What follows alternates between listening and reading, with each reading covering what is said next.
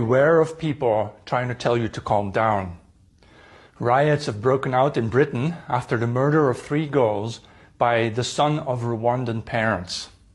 Then a man in a baklava showed up at the girls' vigil with a machete. Britain has witnessed a non-stop knife crime galore for the past few days, and all this comes after decades of grooming scandals that saw scores of girls preyed upon by people who should never have been allowed to stay in the UK in the first place.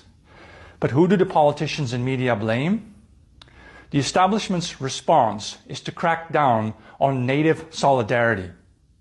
That means they fear you and they hate you intensely. They don't want to see you united.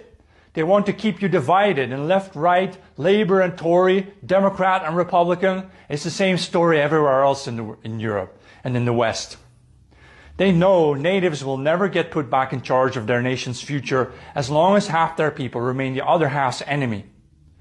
When you come out as one to mourn the loss of your children, all of a sudden the men in suits start to panic. This could mean the end of their infinite for-profit migration schemes. How else are thousands of big businesses that they represent going to tax people to pay for the migrant housing and high-priced consulting services? The asylum industry is an industry after all. It's a farcical experiment of post-capitalist economics.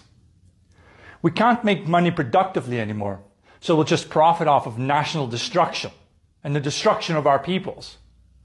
All we have to do is sacrifice the people so our bosses can buy a couple more yachts.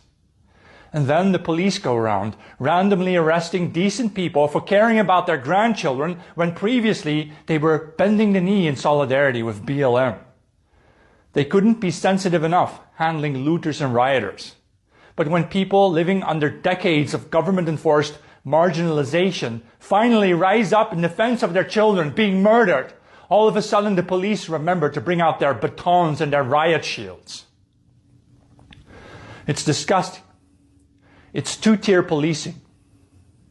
It's treasonous. The powers that be fear that the natives' revolt might swell into a resistance that could fall over Europe like an avalanche. If you can't protect the young, then you don't have a society. But you're not second-rate citizens.